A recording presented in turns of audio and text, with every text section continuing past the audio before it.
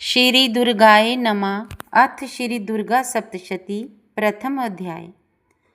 प्रथम चरित्र के ब्रह्मा ऋषि, महाकाली देवता, गायत्री छंद, नंदा शक्ति, रक्तदंतिका बीज, अग्नि तत्व और ऋग्वेद सब रूप हैं।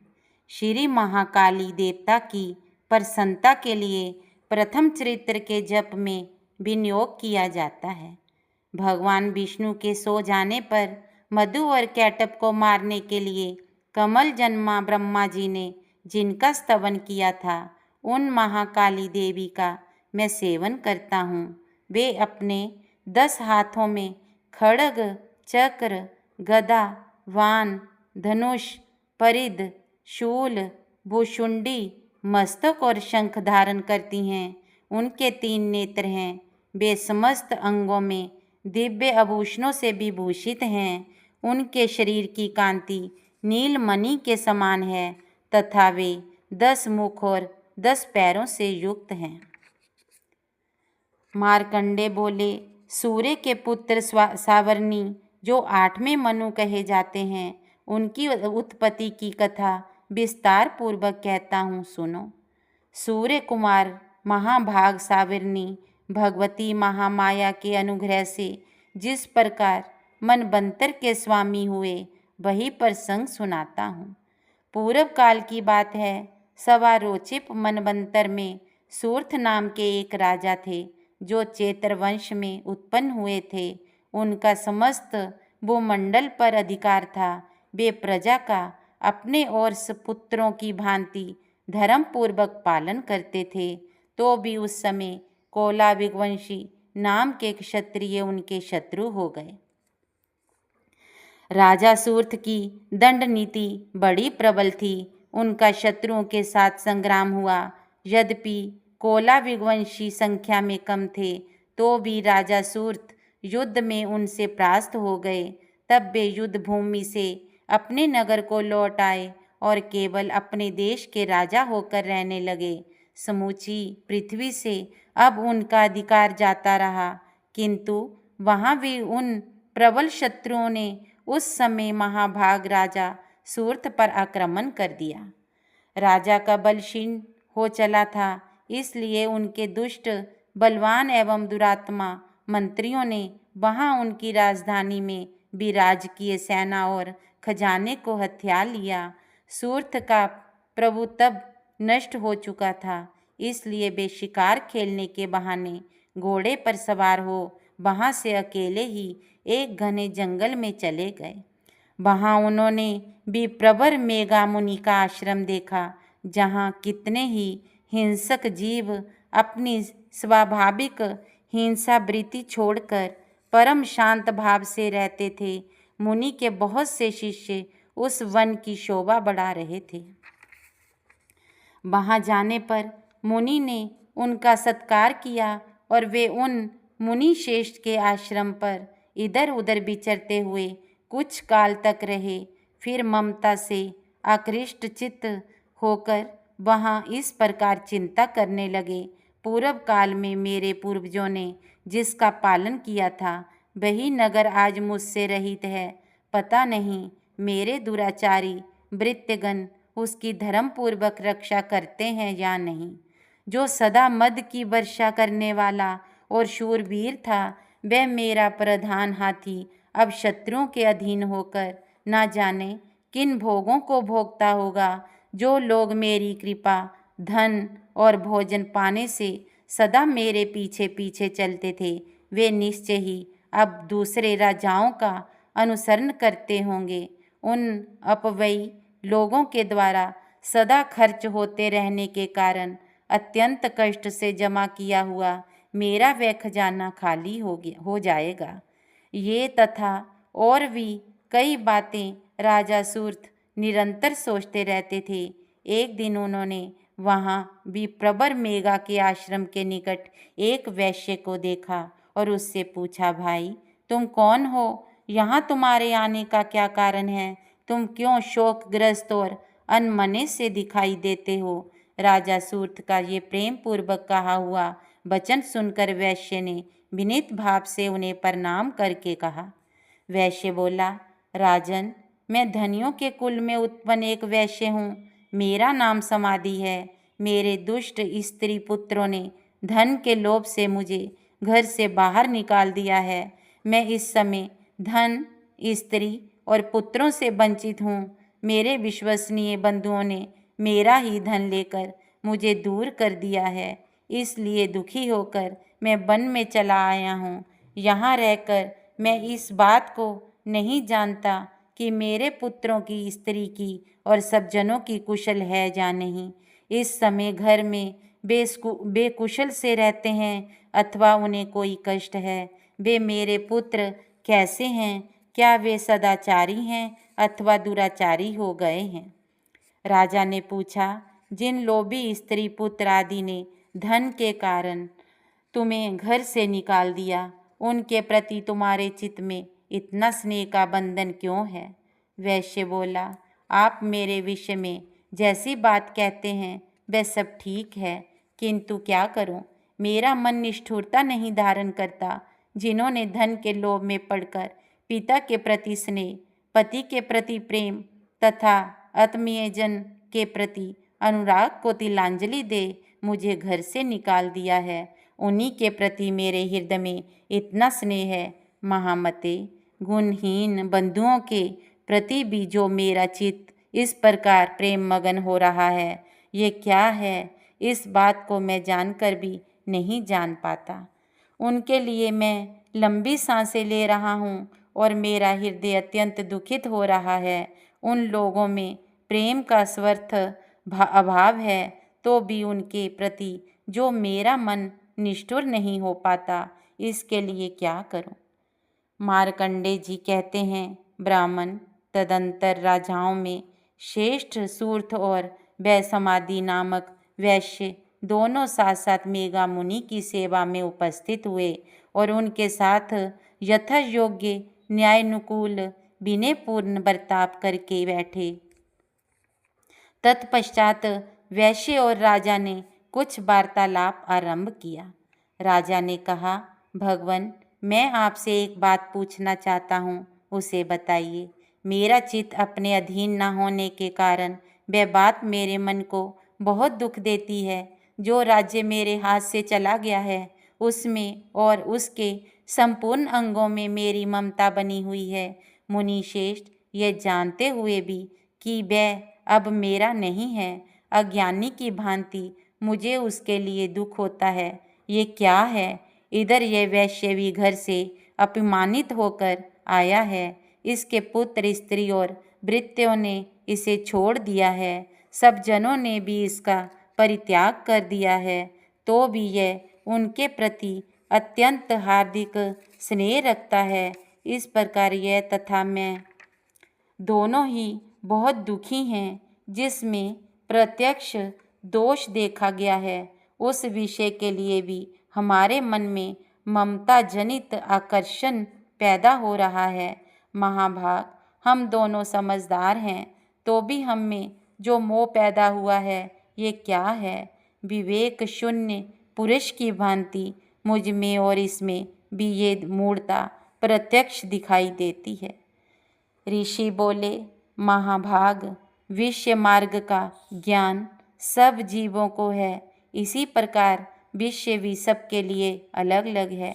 कुछ प्राणी दिन में नहीं देखते और दूसरे रात में ही नहीं देखते, तथा कुछ जीव ऐसे हैं जो दिन और रात्रि में भी बराबर ही देखते हैं। ये ठीक है कि मनुष्य समझदार होते हैं, किंतु केवल वे ही ऐसे नहीं होते। पशु, पक्षी और मृग आदि सभी प्राणी समझदार होते हैं। मनुष्य की समझ भी वैसी ही होती है जैसी उन मृग और पक्षियों की होती है, तथा जैसी मनुष्यों की होती है वैसी ही उन मृग, पक्षी आदि की होती है। यह तथा अन्य बातें भी प्राय दोनों में समान ही हैं। समझ होने पर भी इन पक्षियों को तो देखो, ये स्वयं भूख से पीड़ित होते हुए भी मोहवश बच्चों की चोंच में कितने चाव से अन्न के दाने डाल रहे हैं। नरश्रेष्ठ, क्या तुम नहीं देखते कि ये मनुष्य समझदार होते हुए भी लोभवश अपने किए हुए उपकार का बदला पाने के लिए पुत्रों की अभिलाषा करते हैं।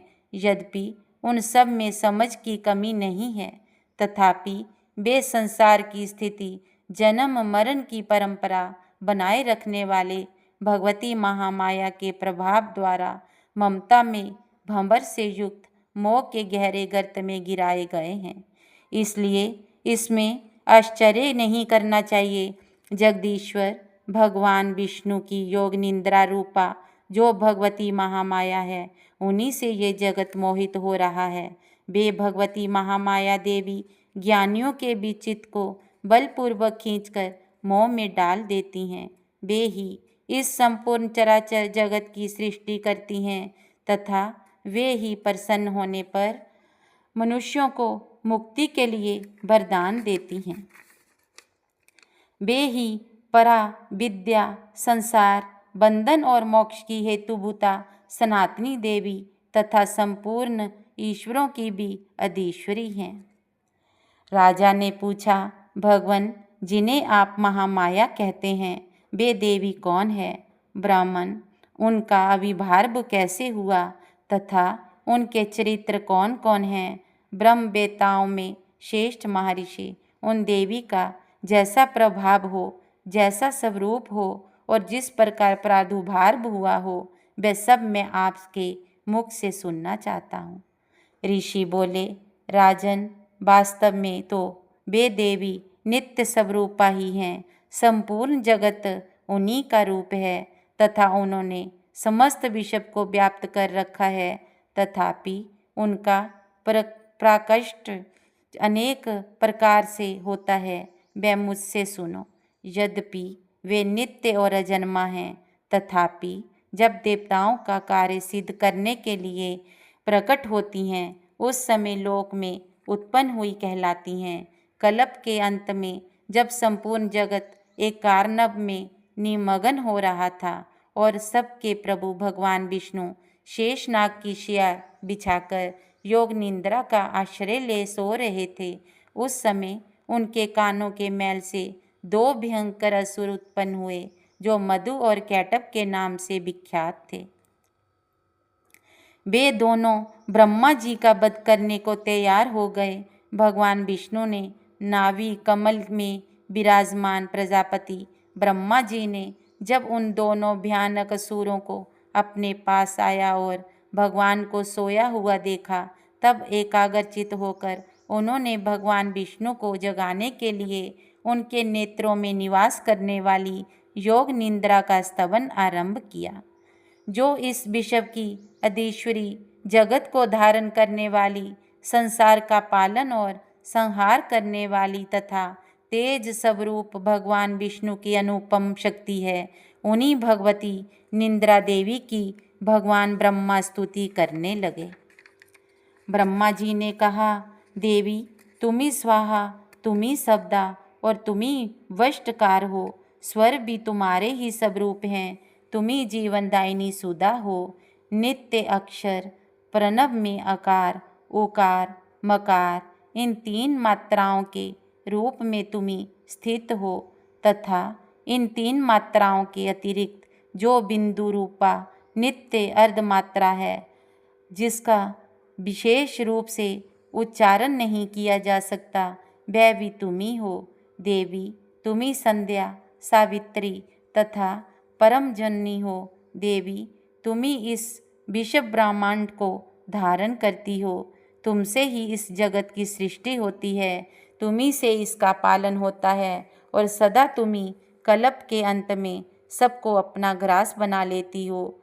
जगन्मयी देवी, इस जगत की उत्पत्ति के समय तुम सृष्टि रूपा हो, पालन काल में स्थिति रूपा हो तथा कल्पांत के समय संहार रूप धारण करने वाली हो। तुम्ही महाविद्या, महामाया, महामेघा, महासमृति, महामोरूपा, महादेवी और महासुरी हो। तुम्ही तीनों गुणों को उत्पन्न करने वाली सबकी प्रकृति हो।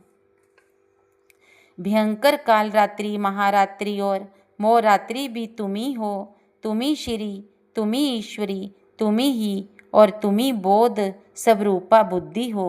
लज्जा, पुष्टि, तुष्टि, शांति और क्षमा भी तुम्ही हो। तुम खड्ग धारनी, शूल धारनी, घोर रूपा तथा गदा, चक्र, शंख और धनुष धारण करने वाली हो।